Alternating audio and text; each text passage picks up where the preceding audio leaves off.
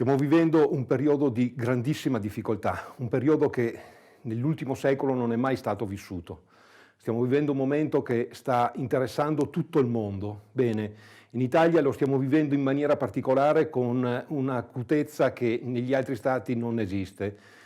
Abbiamo sempre detto fin dall'inizio che la salute pubblica e la sicurezza sui luoghi di lavoro sono la prima delle condizioni alla quale dobbiamo pensare e rispetto alla quale dobbiamo avere attenzione. Però in parallelo c'è la situazione economica. Adesso abbiamo detto che è un periodo di guerra, bisogna avere dei provvedimenti di guerra, dobbiamo avere delle iniezioni di liquidità per le imprese, perché se i nostri dipendenti sono in sicurezza almeno per le prossime 20-25 settimane, bisogna salvaguardare l'impresa, altrimenti se viene meno il datore di lavoro è la fine, è la catastrofe per questa nazione. Bene, i provvedimenti ci sono, le possibilità ci sono, abbiamo bisogno di una liquidità. Le banche nei loro conti economici e nei loro stati patrimoniali hanno una montagna di soldi che possono essere messi a disposizione delle imprese, salvaguardando con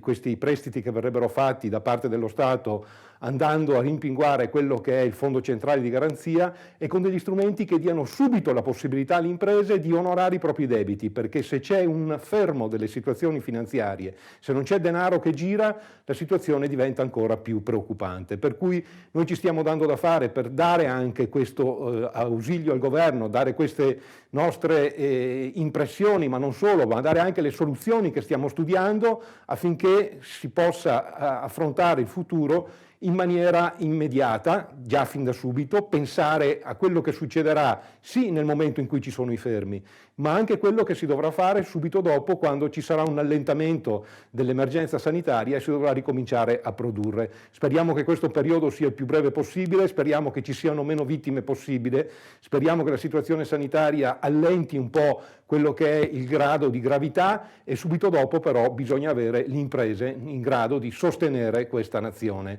perché sono le imprese private che sostengono la nazione con il loro operare quotidiano, con l'export, con l'intraprendere che è sempre stata il punto di forza di questa nazione, che vi ricordo a tutti è fondata sul lavoro proprio per dettame di quella che è la nostra Costituzione. E poi un appello, basta con i decreti che arrivano nottetempo, magari di sabato e domenica. Come associazione, come Confartigianato Vicenza, noi abbiamo i nostri team, il team lavoro, il team credito e finanza, il team tributario, il team sicurezza, che devono lavorare di notte perché arrivano questi decreti appunto nottetempo e devono essere pronti a dare risposte alla mattina alle 8 alle migliaia, alle centinaia di telefonate e di mail che arrivano. Bene, comunque Confartigianato c'è, è al fianco delle imprese, abbiamo anche le soluzioni giuste da proporre al governo, lo stiamo facendo, per cui ci siamo tutti impegnati e